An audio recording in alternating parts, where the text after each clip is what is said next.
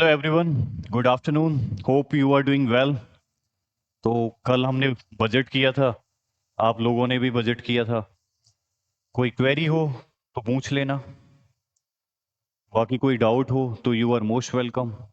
से hi in the comment box so that I get to know कितने लोग present हैं। ठीक है। इकोनॉमिक सर्वे, तो सर्वे वर्ड आपने सुना होगा। व्हाट डज मीन बाय सर्वे? जैसे हम पब्लिक सर्वे करते हैं, जैसे हम जियोलॉजिकल सर्वे करते हैं, वाटर सर्वे करते हैं, रिसोर्स का सर्वे करते हैं, आप भी किसी पर्टिकुलर प्रोडक्ट, पर्टिकुलर थिंग या गुड्स, कुछ भी आप उसका सर्वे कर सकते हैं। वैसे ही government of India economic survey करती है, या कहें हम इकोनॉमी का सर्वे करती है कि कैसे हमारी इकोनॉमी परफॉर्म कर रही है, कौन से हमारे ऐसे सेक्टर हैं जो अच्छा परफॉर्म कर रहे हैं और कौन से ऐसा सेक्टर हैं जो वीक परफॉर्म कर रहे हैं। तो ये होती है पास्ट एनालिसिस कि हमने 2025-26 में क्या कुछ किया। बजट होता है फॉरवर्ड, इकोनॉमिक सर्वे होता है बैकवर्ड। ठीक है। और गवर्नमेंट ऑफ इंडिया यहां पर दोनों ही प्रेजेंट करती है, बजट और इकोनॉमिक सर्वे। तो इकोनॉमिक सर्वे में हमें पता लग जाता है कि हमारे क्या कुछ टारगेट थे और क्या एक्चुअल अचीवमेंट है, किस सेक्टर ने कैसा परफॉर्म किया, और उसके आधार पर हम फोर्थ कमिंग पॉलिसीज को जनरली डेवलप करते हैं। जब आप पास्ट एनालिसिस नहीं करोगे, जैसे आप एग्जाम देते हो, मानो आपने Arunachal Pradesh public service commission का एग्जाम दिया और फिर देखा कि उसमें कितने मार्क्स स्कोर किए, कितने क्वेश्चन गलत किए, अब गलत में भी किसके सबसे ज्यादा क्वेश्चन गलत किए, मतलब किस सब्जेक्ट के सबसे ज्यादा गलत किए, फिर उसके अंदर भी कि पर्टिकुलर किस टॉपिक के हमने सबसे ज्यादा गलत, या हमें बिल्कुल पता नहीं लगा कि उनका आंसर क्या होगा, या फिर लैक ऑफ अटेंशन रेस्पॉन्सिबल थी, या फिर हमारी वरी अननेसेसरली, शायद हम कॉन्फिडेंट या एक पीसफुल माइंड से अटेम्प्ट नहीं कर रहे थे और बहुत ज्यादा वरीड थे, तो उस वरी में हमें आता हुआ भी गलत हो गया, या फिर हम थोड़ा डिले से पहुंचे थे, इसलिए एक स्टेबिलिटी नहीं थी, उसलिए हमारा थोड़ा गड़बड़ हुआ। तो आपको करनी पड़ेगी एनालिसिस। वैसे ही गवर्नमेंट ऑफ इंडिया यहां पर करती है एनालिसिस इकोनॉमिक सर्वे के अंदर। तो हम भी देखेंगे कि क्या कुछ इकोनॉमिक सर्वे में है, किस तरह की एनालिसिस है। ओके।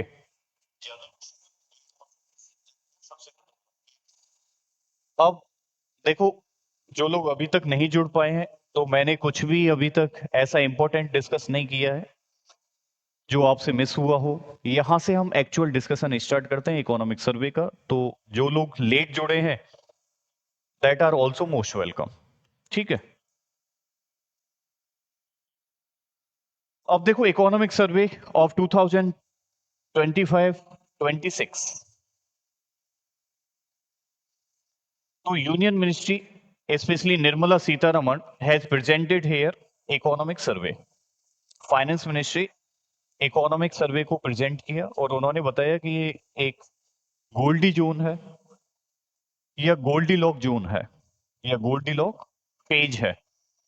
जैसे हम अर्थ को जनरली सभी प्लेनेट में गोल्डी लॉक जोन या गोल्डी लॉक प्लेनेट बोलते हैं, वैसे ही हमारी इकोनॉमी को गोल्डी लॉक बोला गया क्योंकि ये सबसे ज्यादा सुटेबल है या वेल परफॉर्म्ड की है इन मल्टीपल डायमेंशंस, इन मल्टीपल सेक्टर्स। तो निर्मला सीतारमण ने बताया कि हमारी जो इकोनॉमी है वो रूबस्ट ग्रोथ की, दुनिया की सबसे पहली इकोनॉमी 7.4% से, अभी नहीं, लगभग पिछले 4 साल से हम वर्ल्ड को लीड कर रहे हैं इकोनॉमिक ग्रोथ में। देखो ग्रोथ क्या होता है, पहले तो हम देख लें कि इकोनॉमिक ग्रोथ क्या होता है। देखो, ग्रोथ को हम टेक्निकली मेजर करते हैं किससे? By GDP. By GDP. ठीक है। Gross domestic product.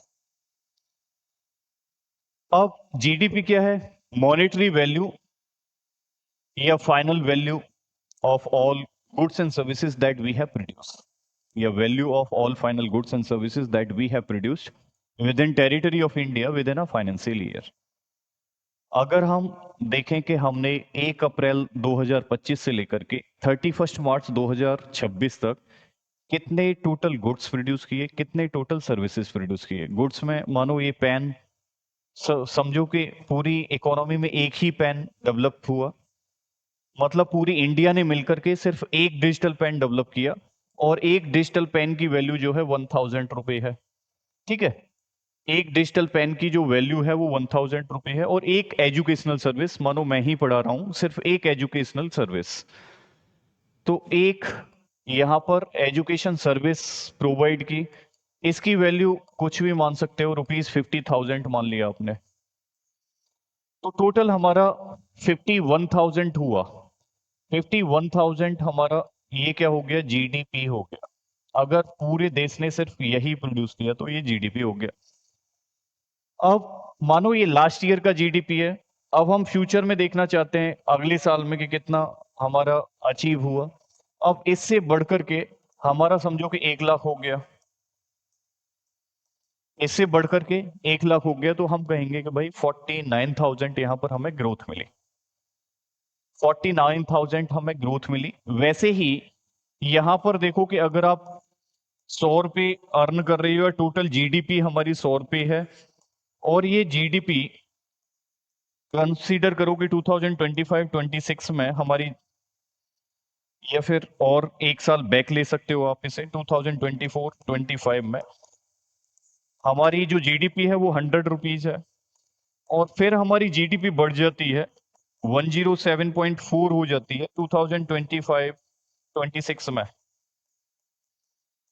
तो इसे हम बोलेंगे कि भाई 7.4% ग्रोथ, इसको बोला जाएगा 7.4% ग्रोथ, परसेंटेज में निकाल ली। ऐसे ही हम 49,000 का परसेंटेज निकाल लेंगे विद रेस्पेक्ट टू 51। ठीक है, तो यहां पर robust growth 7.4% combined with historically low inflation. अभी तक हमें 1.7% इन्फ्लेशन देखने को नहीं मिला है, हालांकि इसमें थोड़ा गवर्नमेंट ने कैलकुलेशन मेथड चेंज किया है, उसका भी बड़ा रोल है, लेकिन ये आम आदमी को कम समझ में आता है। और कुछ स्पेशलिस्ट समझ जाते हैं कि भाई इतना सबसे कम इन्फ्लेशन कैसे है। तो गवर्नमेंट ने फूड आइटम्स, फ्यूल, इस तरह के प्रोडक्ट को सीपीआई से कम कर दिया है, उनका वेटेज कम कर दिया है। और फूड प्रोडक्ट में, फ्यूल प्रोडक्ट में सबसे ज्यादा आप देखते हो कि प्राइस बढ़ता है। अगर उन्हीं को हम थोड़ा साइड लाइन कर दें, उन्हीं को अगर हम बास्केट से निकाल दें, तो टेक्निकली ऑटोमेटिकली बाय डिफॉल्ट हमारा इन्फ्लेशन कम आएगा। मानो एक बास्केट है, ये टोकरी है कोई भी, और इस बास्केट में 100 टोटल हमने गुड्स प्लस सर्विस रख लिया। ठीक है, कुछ भी, मानो 1 kg शुगर रख लिया, 1 kg एप्पल रख लिया, एक पेन रख लिया, एक एजुकेशन सर्विस रख ली, एक हेल्थ सर्विस रख ली, एटसेट्रा एटसेट्रा। तो ऐसे करके टोटल 100 सर्विसेज हो गया। ठीक है, अब इसका देखेंगे कि टोटल वैल्यू कितना है, टोटल वैल्यू। अब मॉनेटरी वैल्यू, मानो इन सब 100 गुड्स की जो टोटल वैल्यू है, हमने कंसीडर किया कि भाई 1000 रुपीज है। अब इसमें से मानो कि लगभग 40 गुड्स ऐसे हैं जिनमें इन्फ्लेशन बहुत ज्यादा आता है। अब 40 गुड्स में से हमने वो वाले गुड्स रिड्यूस करके सिर्फ और सिर्फ कंसीडर करो कि 40 की जगह यहां पर हमने सिर्फ 25 गुड्स, 15 को इलिमिनेट कर दिया, हटा दिया कि भाई इनमें ज्यादा इन्फ्लेशन आ रहा है। अब हमने प्राइस कैलकुलेट किया, टोटल वैल्यू, तो टोटल वैल्यू यहां पर कंपेरेटिवली थोड़ा सा थोड़ा सा इंक्रीज हुई, क्योंकि सभी गुड्स और सर्विसेज के प्राइस जो है वो कंटिन्यूस बढ़ते रहते हैं, ज्यादातर केस में, नॉट ऑलवेज, क्योंकि कुछ गुड्स और सर्विसेज के प्राइस घटते भी रहते हैं, वो हम इकोनॉमी में समझते हैं कि कैसे बढ़ते हैं या कैसे घटते हैं। ठीक है, तो इसमें से हमने कुछ ये आइटम निकाल दिए और इनकी जगह कुछ दूसरे ऐसे आइटम डाल दिए बास्केट में कि जिनके प्राइसेस में ज्यादा कुछ बढ़ोतरी नहीं होती है, या फिर कहें कि सिर्फ सेम आइटम का हमने 2025 में कैलकुलेट किया कि कितना था, 1000 रुपीज था। 2026 में कैलकुलेट किया, फिर देखा कि कितना है भाई, यहां पर पता लगा कि ये 1017 रुपये है। ठीक है, लाइक दैट। तो ऐसे हमें पता लग जाएगा कि हमारा इन्फ्लेशन कंपैरेटिवली कम है रादर देन प्रीवियस ईयर्स। चलिए, वैसे सीपीआई को हम कॉम्प्रिहेंसिवली क्लास वगैरह में डिस्कस करते हैं, लेकिन फिर भी एक रफ आइडिया होगा। तो वही है कि रियल जीडीपी में कितना हुआ। अब देखो, दो तरह की जीडीपी होती है, एक नॉमिनल जीडीपी और एक रियल जीडीपी। बताओ जल्दी से, दोनों में क्या अंतर है। नॉमिनल जीडीपी किस पर कैलकुलेट होती है? ये कैलकुलेट होती है एट करंट प्राइस। जो भी करंट मार्केट प्राइस चल रहा है उस पर कैलकुलेट होती है। और हमारी जो रियल जीडीपी है वो कैलकुलेट होती है एट फिक्स्ड प्राइस। अब फिक्स प्राइस फिलहाल में कितना है? 2022-23। ये हमारा फिक्स प्राइस है। पहले क्या था? फिक्स प्राइस 2011-12 पहले था। लेकिन ये कैलकुलेटेड होगी करंट प्राइस पर, तो करंट प्राइस कितना है? 2025-26। ठीक है। या फ्यूचर में अगर हमें कैलकुलेट करनी है तो फिर 2026-27, लाइक दैट। तो current GDP, real GDP. Okay.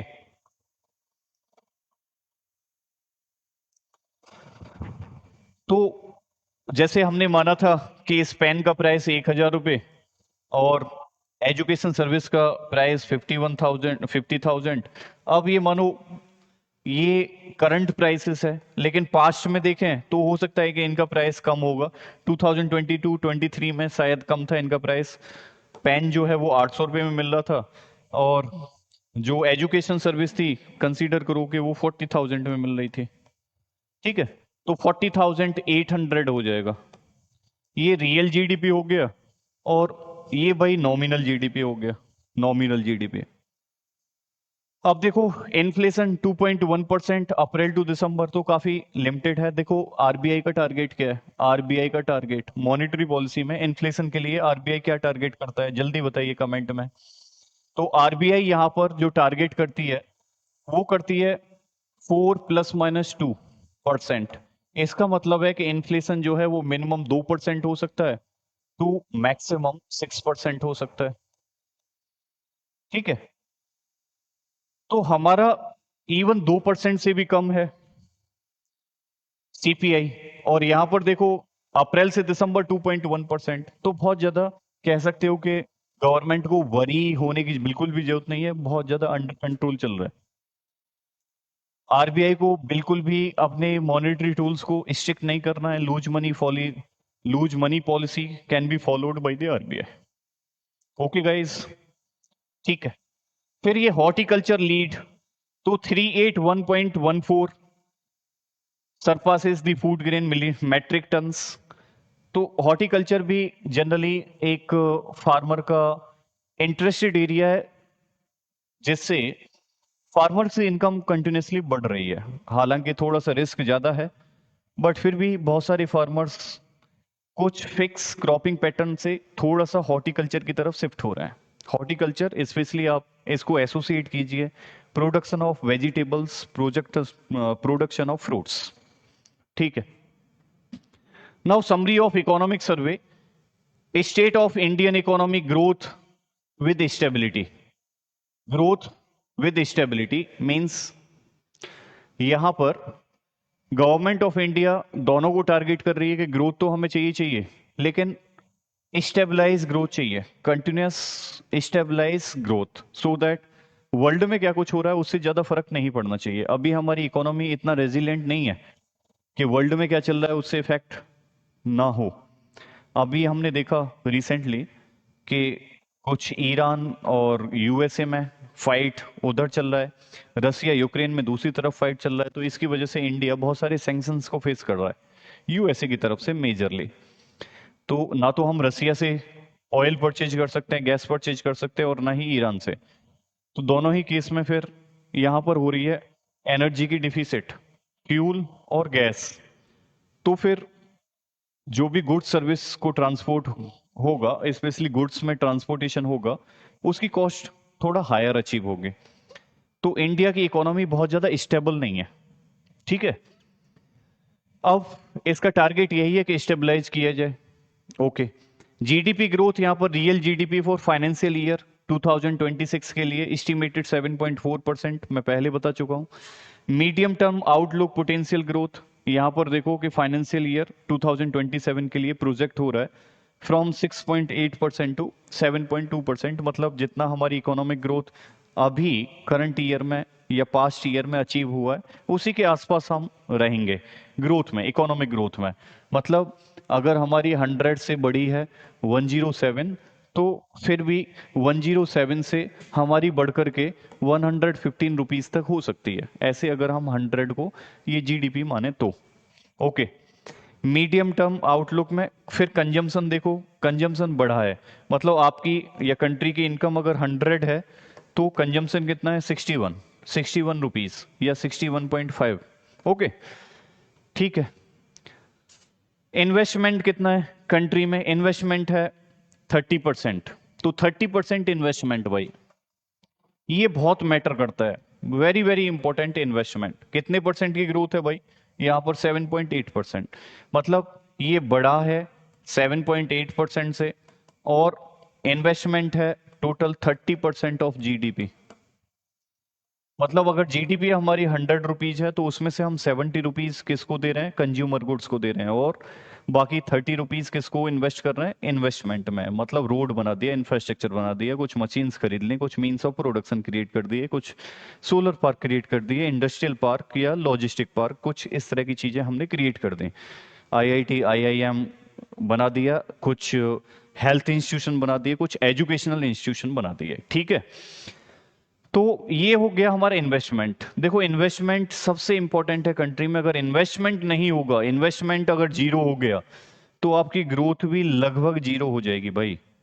ये सिंपल सा फंडा है कि मानो एज ए बिजनेसमैन अगर आप बिल्कुल भी इन्वेस्ट नहीं कर रहे हो तो जितनी आपकी इनकम है उतना तो जनरेट होती रहेगी, लेकिन ग्रोथ तभी अचीव होगी जब आप एक्स्ट्रा इन्वेस्टमेंट करोगे। मानो आपके पास एक ही शॉप है, ठीक है, अब एक शॉप में आप बिल्कुल भी इन्वेस्टमेंट नहीं बढ़ा रहे हो, पहले भी 100 रुपए खर्चा करते थे, आज भी 100 रुपए खर्चा करते हो, तो प्रोबेबली आपकी सप्लाई लगभग वैसे ही रहेगी, आपकी सेल वैसे ही रहेगी प्रोडक्ट की, ठीक है। तो आपका जो आउटपुट होगा वो शायद वैसा ही रहेगा, बहुत ज्यादा ग्रोथ नहीं होगा। अब उसी केस में आपने एक और साइड में दूसरी ब्रांच खोल दी, एक इन्वेस्टमेंट किया, नई ब्रांच ओपन कर दी, या एक और नई मशीन ऐड ऑन कर ली, तो फिर डेफिनेटली आपकी ग्रोथ होगी, आपकी डेफिनेटली ग्रोथ होगी, क्योंकि आपने एक्स्ट्रा इन्वेस्टमेंट किया है वहां पर, ठीक है। तो ये इन्वेस्टमेंट वाला पार्ट है। अब देखो फिजिकल डेवलपमेंट, क्रेडिबल कंसोलिडेशन या कैपिटल पुश। तो government maintain physical discipline to boost infrastructure spending etcetera. Government also focusing over PPP model, क्योंकि गवर्नमेंट के पास सब कुछ नहीं है भाई, ह्यूमन रिसोर्सेज गवर्नमेंट के पास नहीं है, फंड गवर्नमेंट के पास उतना नहीं है, और नेचुरल रिसोर्सेज भी गवर्नमेंट के पास लिमिटेड है, तो प्रोबेबली गवर्नमेंट के पास उतना कुछ नहीं है, इसलिए पीपीपी प्रोजेक्ट पर ज्यादा फोकस होता है। अब पीपीपी से हमारा इंफ्रास्ट्रक्चर भी बूस्ट अप कर रहा है, बूम कर रहा है। रेवेन्यू रिसिप्ट देखेंगे यहां पर कि कितना है भाई, रेवेन्यू रिसिप्ट और कैपिटल रिसिप्ट मैंने कल बताया था। What does mean by revenue receipt, जल्दी से बता दीजिए कमेंट करके। रेवेन्यू रिसिप्ट कोई एक दो एग्जांपल दे दीजिए रेवेन्यू रिसिप्ट का। रेवेन्यू रिसिप्ट में टैक्स हो सकता है, टैक्स रिसिप्ट या non tax receipt, non tax receipt, जल्दी बता दीजिए कमेंट करके के कोई एक दो एग्जांपल। अब टैक्स रिसिप्ट में क्या होगा भाई, जनरली इनकम टैक्स होगा, जो भी मनी आ रही है टैक्स से, या फिर कॉर्पोरेट टैक्स होगा, कॉर्पोरेट टैक्स, ठीक है, या फिर जीएसटी हो सकता है। अब नॉन टैक्स में देखो चालान हो सकता है, कोई फी वगैरह हो सकती है, ठीक है, मानो पासपोर्ट फी, ड्राइविंग लाइसेंस फी, एटसेट्रा एटसेट्रा, कुछ भी हो सकता है। तो इस तरह से गवर्नमेंट को टैक्स रिसिप्ट में और नॉन टैक्स रिसिप्ट में कितना परसेंट, यहां पर 9.2% of GDP government has received from the revenue receipt driven by buoyancy and non corporate tax. तो कॉर्पोरेट नॉन कॉर्पोरेट टैक्स में, मतलब कॉर्पोरेट टैक्स में बॉयंसी नहीं आई है, नॉन कॉर्पोरेट टैक्स या अदर टैक्स देन कॉर्पोरेट, उसमें बॉयंसी आया है। टैक्स बेस एक्सपेंशन देखो, income tax return increases from 6.9% to 6.9 crore to 9.2 crore. तो इसका मतलब है यहां पर कितना हो गया भाई, कितना 2.3 करोड़ हो गया। ओके, तो इतना हमारा लगभग ये टैक्स बेस एक्सपेंशन हुआ है। बेस का मतलब है कि इतने और ज्यादा टैक्स पेयर्स हमारे बढ़े हैं यहां पर, ठीक है, उतने और ज्यादा टैक्स पेयर्स हमारे बढ़े हैं। जीएसटी ग्रोथ, अप्रैल दिसंबर 2025 में collection reached around 17.4 lakh crore, या 6.7% ईयर ऑन ईयर ग्रोथ। अब डेप्थ टू जीडीपी देखो कि भाई इसका क्या रेशियो है, तो general government depth to GDP declined 7.1% since 2000, तो ठीक ही है। अगर डेप्थ कम हो रहा है तो अच्छा है, डेप्थ बढ़ रहा है तो फिर गड़बड़ है। Capital expenditure effective capex historic 4% GDP. Capital expenditure मतलब इतना गवर्नमेंट ने कैपिटल एक्सपेंडिचर किया है, ठीक है। अब देखो यहां पर है जीएसटी, क्या इंक्रीज कर रहा है डिक्रीज कर रहा है, तो 2021-22 का डाटा देखिए, 22-23 का, तो यहां से फिर इंक्रीज किया है, फिर से इंक्रीज, कंटिन्यूस इंक्रीज, फिर यहां पर क्या हो गया, डिक्रीज हो गया। ओके, लेकिन ये डाटा जो है वो 25 अप्रैल से दिसंबर तक है, तो हमें मेजर करना है मार्च से लेकर के अप्रैल तक, 1 अप्रैल से लेकर के 31 मार्च तक, लाइक दैट। ओके, तो कंटिन्यूसली हमारी जीडीपी जो है वो बढ़ रही है और ये प्रोबेबली अच्छा है। Okay, so for any query online guys, ये कुछ हम हाईलाइट देख रहे हैं इकोनॉमिक सर्वे की, कि कैसे हमारा इकोनॉमी परफॉर्म कर रहा है, कैसे डिफरेंट सेक्टर्स परफॉर्म कर रहे हैं, क्या कुछ हुआ पास्ट 1 ईयर में, monetary management, financial sector health देखते हैं क्या है। तो India's banking system in strong condition, decade validated by IMF या वर्ल्ड बैंक ने बताया है या सपोर्ट किया है कि भाई इंडियंस बैंक जो है, इंडियन इकोनॉमी जो है वो गुड हेल्थ कंडीशन में है, क्योंकि वर्ल्ड की फास्टेस्ट इकोनॉमिक ग्रोथ अचीव कर रहा है। Okay, NPA loose gross non performing assets, भाई एनपीए, एनपीए क्या होता है जल्दी बताओ कमेंट करके। Non performing assets, non performing assets क्या है, देखो कोई भी अगर पर्सन है उसने लोन लिया है और 90 डेज तक कुछ भी पे नहीं कर रहा है, ना तो ईएमआई दे रहा है, ना इंटरेस्ट दे रहा है, ना प्रिंसिपल अमाउंट डिपॉजिट कर रहा है, मतलब कह सकते हैं कि लगभग 3 महीने तक उसने कोई भी ट्रांजेक्शन नहीं किया है, जबकि उसे करना चाहिए था as per agreement of the loan, उसको क्या करना चाहिए था, ईएमआई रिटर्न करना चाहिए था और इंटरेस्ट या प्रिंसिपल अमाउंट उसे इंस्टॉलमेंट पे करना चाहिए था, लेकिन नहीं कर रहा है, तो वो होगा एनपीए कि till 90 days no receipt of instalment, either interest or principal,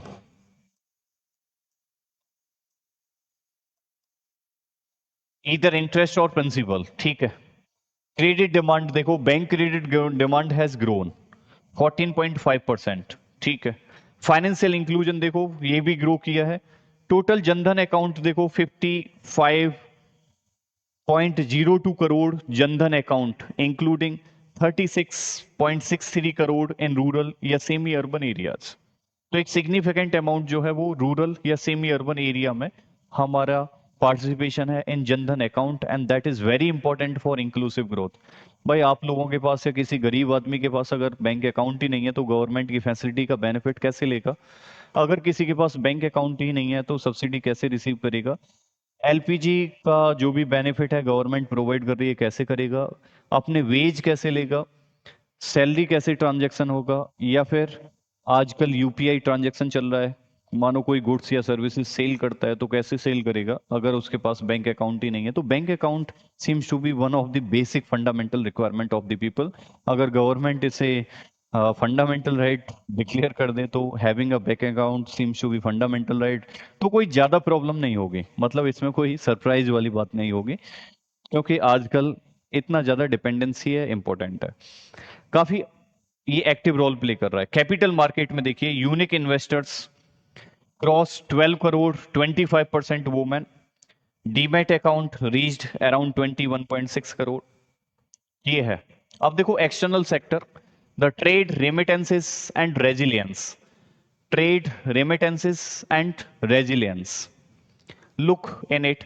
Despite global trade fragmentation, India's external buffer provide strongest shield against volatility. Okay. 2008 में हमने देखा कि ग्लोबल फाइनेंशियल क्राइसिस ने लगभग बहुत सारी इकोनॉमीज की बैक जो है वो ब्रेक कर दी, या बैकबोन जो है ब्रेक कर दी, लेकिन इंडिया की इकोनॉमी काफी सही परफॉर्म करती रही लंबे समय तक। तो इसका मतलब है कि इंडिया की इकोनॉमी जो है वो रेजिलेंट है, लेकिन उतना भी रेजिलेंट नहीं, अभी बहुत सारे रिपरकशन फेस कर रही है। अभी हमारे रुपये की वैल्यू डिक्लाइन कर रही है, इन्फ्लेशन थोड़ा अप हो रहा है, prices of goods and services बढ़ रहे हैं, फ्यूल प्राइसेस बढ़ रहे हैं, सिलेंडर क्राइसिस का कुछ रीजन में क्योस है। तो रेजिलेंट तो है, लेकिन उतना ज्यादा स्ट्रांगली रेजिलेंट नहीं है। ओके। अब देखो export market share, the merchandise export share increased from 1.8% to 4.3%. ये है export market share, merchandise export share increased from 1.8% to 4.3%. अब सर्विस रिकॉर्ड में देखो कि service exports reached US dollar 387.6 billion, मतलब 13.6% ग्रोथ। रेमिटेंसेस देखिए, India is the highest recipient, ये world bank कहता है और है भी। और अभी से नहीं, 2008 से अगर रिजल्ट उठा करके देखोगे तो इंडिया ही टॉपर है रेमिटेंसेज में। और टॉपर नहीं है इंडिया, केवल टॉपर ही नहीं है इंडिया, इंडिया से फार बिहाइंड है, एक बहुत बड़ा गैप आता है, उसके बाद फिर अदर कंट्रीज स्टार्ट होते हैं। ठीक है। तो इंडिया रेमिटेंसेस, रेमिटेंसेस क्या होता है कि any money send by NRI, NRI non resident of India. अब देखो एनआरआई क्या होता है, नॉन रेजिडेंट मतलब ये सिटीजन है इंडिया के, लेकिन इंडिया में करंटली रहते नहीं है। क्या क्राइटेरिया है भाई, देखो 6 मंथ या उससे ज्यादा कोई भी पर्सन अगर आउटसाइड रहता है लेकिन इंडिया का सिटीजन है तो वो कहलाएगा non resident, non resident of India. ठीक है। एक फाइनेंशियल ईयर में कंटिन्यूसली अगर कोई पर्सन 180 दिन से ज्यादा बाहर किसी कंट्री में रहता है तो उसको हम बोलते हैं नॉन रेजिडेंट। अब ये NRI non resident of India क्या करते हैं, सेंड रेमिटेंसेस। अब ये रेमिटेंस सेंड करते हैं। ये रेमिटेंस क्या होता है भाई, रेमिटेंसेस जो है वो मनी होती है या डॉलर होता है, without expecting anything, without seeking anything in return.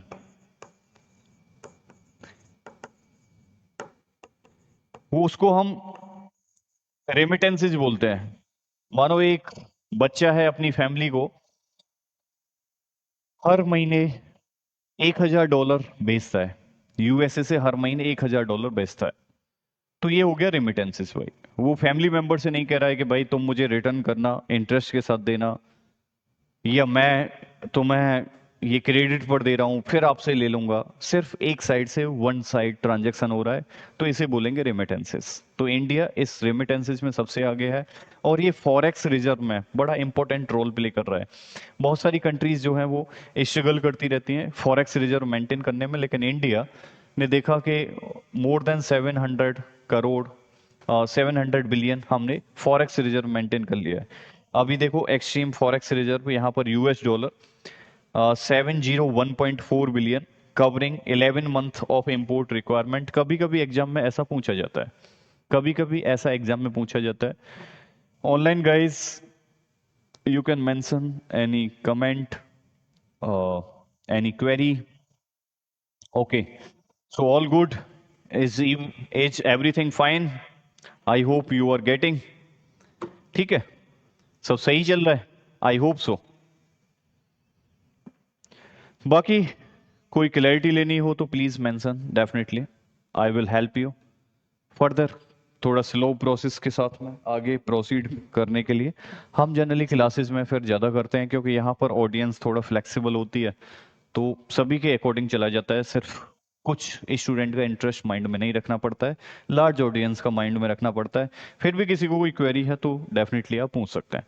तो ये है फॉरेक्स रिजर्व भैया, कंटिन्यूसली बढ़ रहा है, आप देख रहे हो कंटिन्यूसली अप एंड डाउन, लेकिन बढ़ रहा है।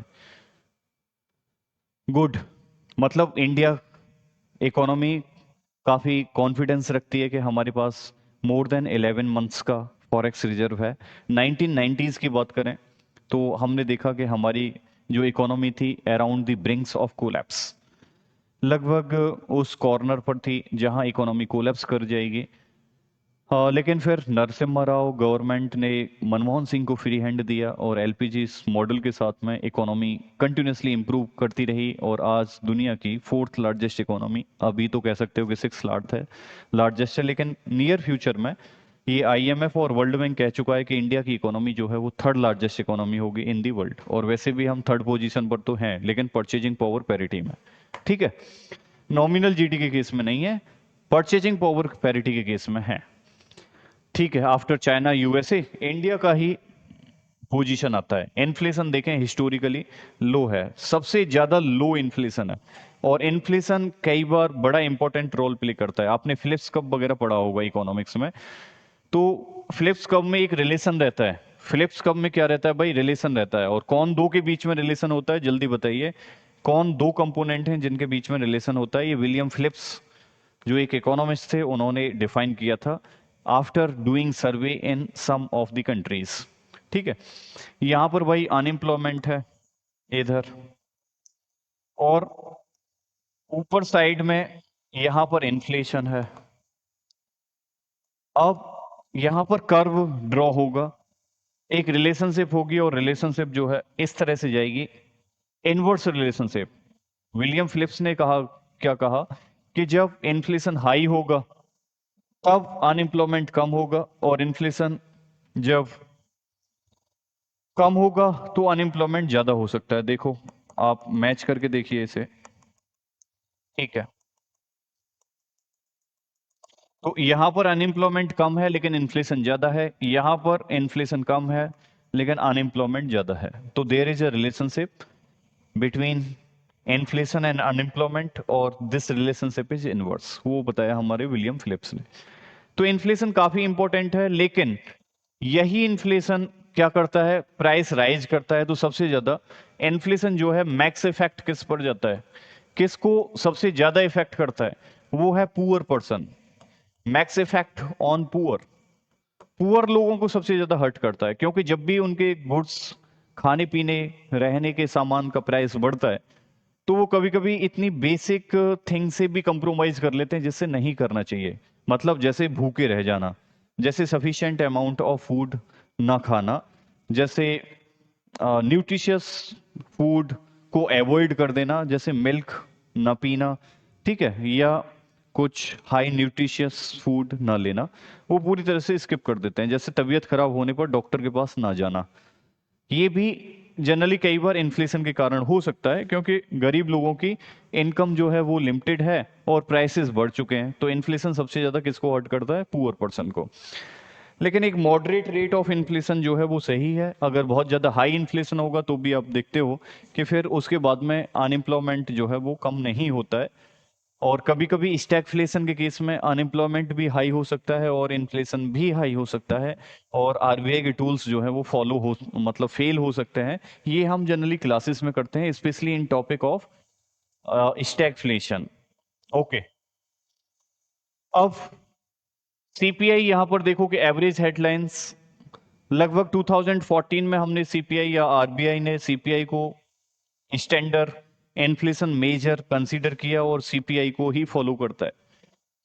तो तब से लेके अब तक इतना लो कभी नहीं गया, 1.7%, ठीक है। तो दोनों का ही इसमें कंट्रीब्यूशन है। गवर्नमेंट का पॉलिसी चेंज करने का या कैलकुलेशन करने के तरीका को डिफर करना, वो भी इंपॉर्टेंट रोल प्ले कर रहा है। और दूसरा गवर्नमेंट के कुछ एक्शंस हैं या इकोनॉमी बेटर परफॉर्म कर रही है तो उसका भी कुछ रिलेशन है। अब drivers, the disinflation and food and fuels which together constitute 52% of CPI basket. Okay. Now, global standing among the sharpest decline across major economies of the world. तो हमने इतने शार्प तरीके से लगभग पिछले डिकेड में या कुछ डिकेड्स में नहीं देखा है किसी भी मेजर इकोनॉमी में कि इन्फ्लेशन इतनी तेजी से डिप हुआ हो. तो Indian economy did well and likely to be do well in future.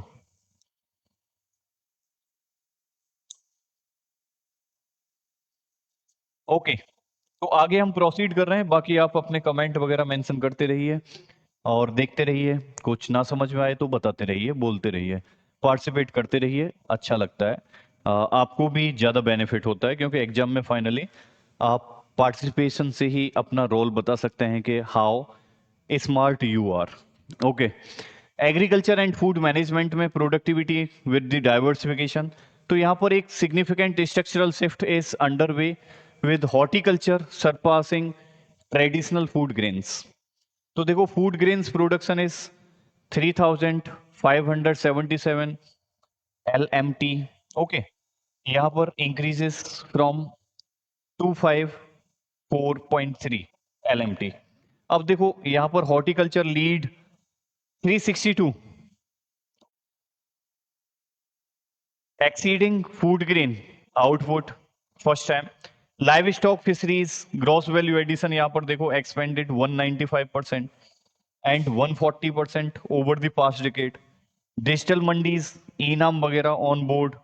Okay, 1.79 crore farmers crosses this much amount. ठीक है. अब देखो यहाँ पर फूड ग्रेन प्रोडक्शन तो आप देखोगे कि तो कंटिन्यूसली बढ़ ही रहा है और इसमें सबसे ज्यादा कंट्रीब्यूशन किस इवेंट का है guys? India at present not only has become a self-sufficient country but also one of the significant major exporter of the food grains.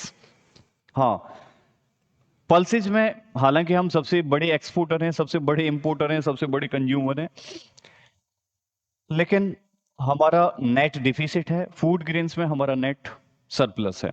Means हम एक्सपोर्ट ज्यादा करते हैं, इंपोर्ट कम करते हैं फूड ग्रेन्स में, व्हीट और राइस में पर्टिकुलरली. मिलेट्स भी हमारे यहाँ सिग्निफिकेंट क्वांटिटी हो रहा है और शुगर भी बहुत ज्यादा सरप्लस प्रोडक्शन है. ओके, तो शुगर में भी इंडिया टॉप 2 पोजीशन पर ही रहता है जनरली. ओके, अब देखो industry and manufacturing structural recovery. तो manufacturing witnesses strong structural recovery. Growth rate manufacturing gross value addition 9.13% in financial year 26. तो इंडस्ट्रीज में भी हमारा अच्छा ग्रोथ है, ओवरऑल ग्रोथ से इवन ज्यादा है. तो इंडस्ट्रीज ने थोड़ा बेटर परफॉर्म किया है. PLI सक्सेस 2 लाख करोड़ इन actual investment. Okay, generating 12.6 lakh jobs. तो PLI is also doing excellent job. Semiconductors, ISM approved 10 project worth 1.6 lakh crore. फिर इनोवेशन में देखो global innovation index improve to 38 in 2025. तो इनोवेशन में भी India is doing not very praisable work but still then kind of minimum satisfactory level of work.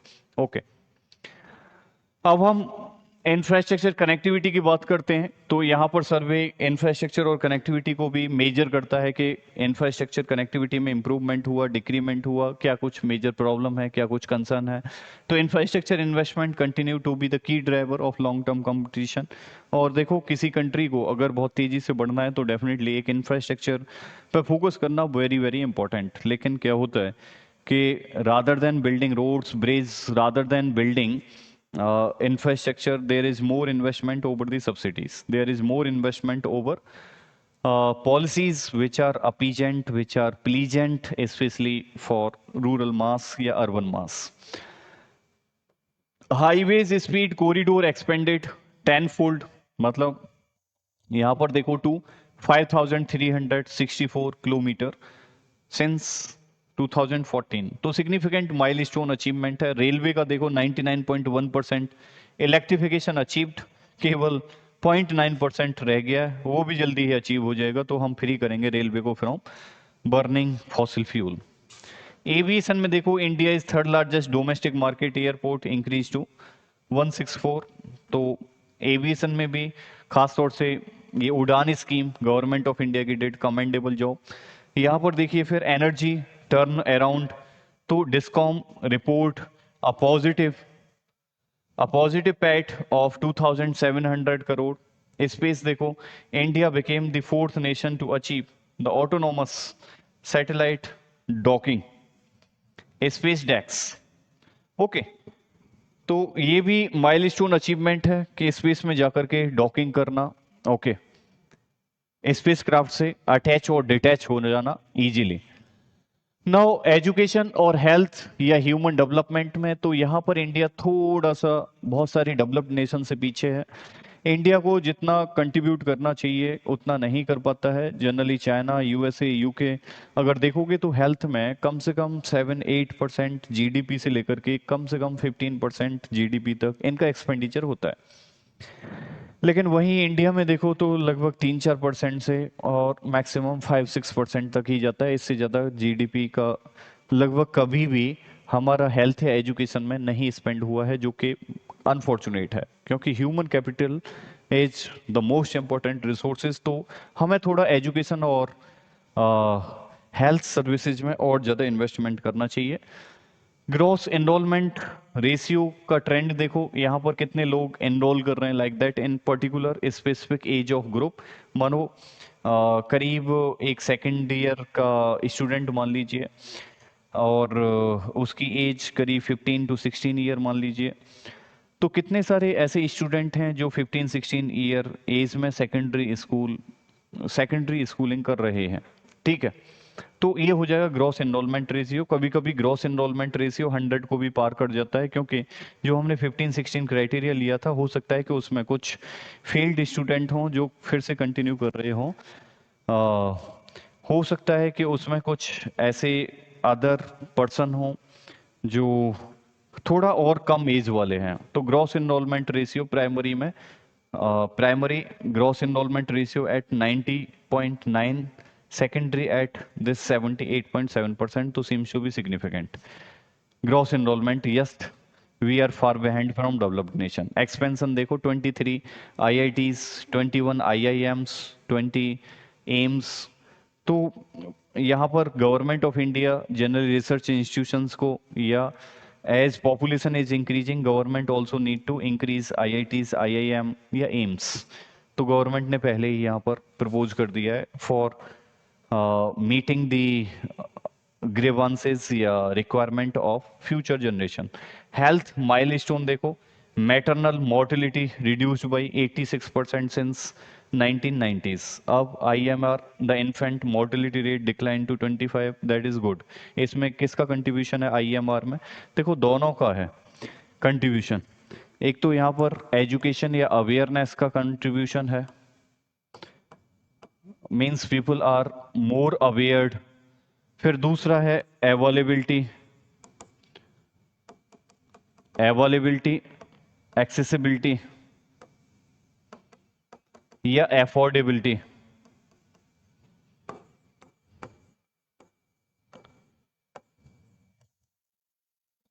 Of child delivery.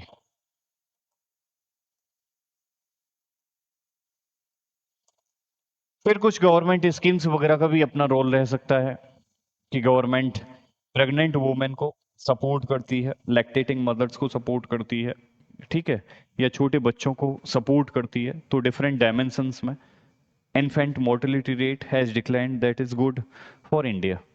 अब देखो यहाँ पर employment, skill and social programme, employment, skill and social programme.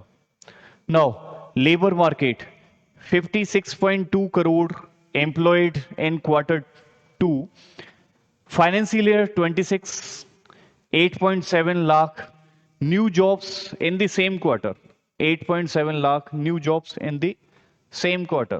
Social security देखिए, 31 crore workers registered on ई श्रम, 54% women. Poverty, MPI declined from 55% to 11%. Social sector spending expenditure from social services increase to 7.9% of the GDP. Social sector में भी हमें expenditure increase करने की काफी requirement होती है, खासतौर से एजुकेशन हेल्थ में, या फिर सीनियर सिटीजन्स या डिपेंडेंट लेबर के लिए। ठीक है, सोशल सेक्टर में there is also requirement for good investment. अब देखो strategic vision from swadeshi to strategic indispensability, swadeshi to indispensability। अब सर्वे propose that discipline स्वदेशी, a calibrated approach to integrate India into global supply chain while addressing this strategic vulnerabilities, addressing strategic vulnerabilities। now 3 tier frameworks देखो, tier 1 tier 2 tier 3, यहाँ पर है कि address critical strategic vulnerabilities through high urgency indigenization। Tier 2 में है कि build economic viable high return capabilities, and this here tier 3 strengthen advanced manufacturing for global market। Overall, the objective is clear: shift global perceptions from buying Indians to buying Indian effortlessly। ठीक है, तो significant shift from buying Indian to buying Indian effortlessly। okay, achieve genuine strategic indispensability।